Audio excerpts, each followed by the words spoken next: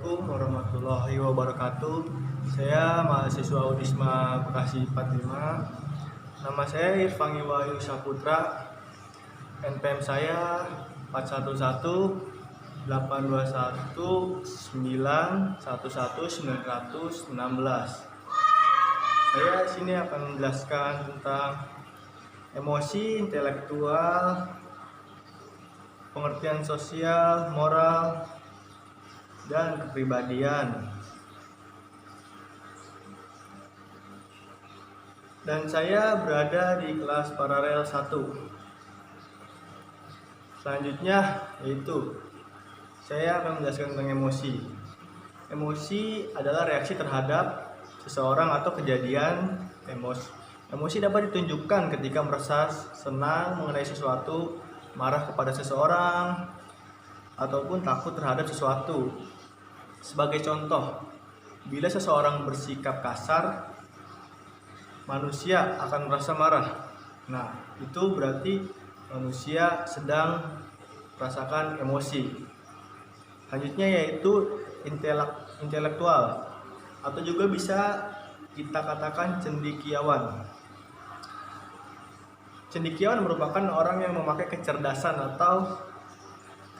untuk belajar, maksudnya bekerja,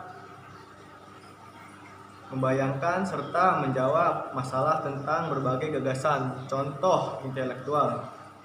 Pekerja intelektual sering pula disebut pekerja pikiran atau pekerja pengetahuan, yaitu seseorang yang dipekerjakan berdasarkan pengetahuannya serta subjek tertentu, bukan berdasarkan keterampilannya membuat atau mengerjakan sesuatu, yaitu menganalisa data sebagai bentuk hubungan, mengidentifikasi serta memahami tren, menilai input dalam rangka mengevaluasi prioritas yang kompleks atau berkonflik, dan memahami sebab serta akibat atau kausalitas.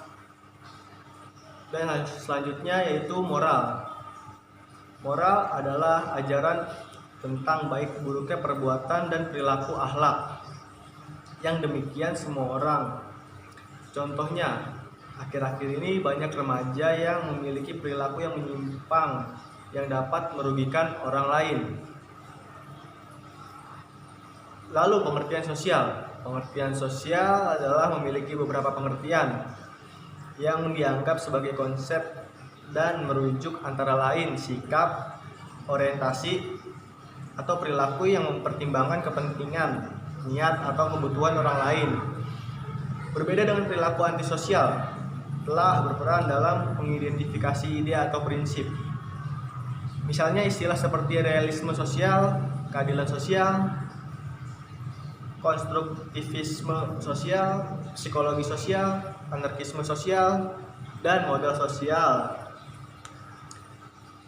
Menyiratkan bahwa ada beberapa proses sosial yang terlibat atau dipertimbangkan, sebuah proses yang tidak ada dalam realisme, keadilan sosial, keadilan konstruktivisme, psikologi, anarkisme, atau modal. Contoh nilai sosial dalam kehidupan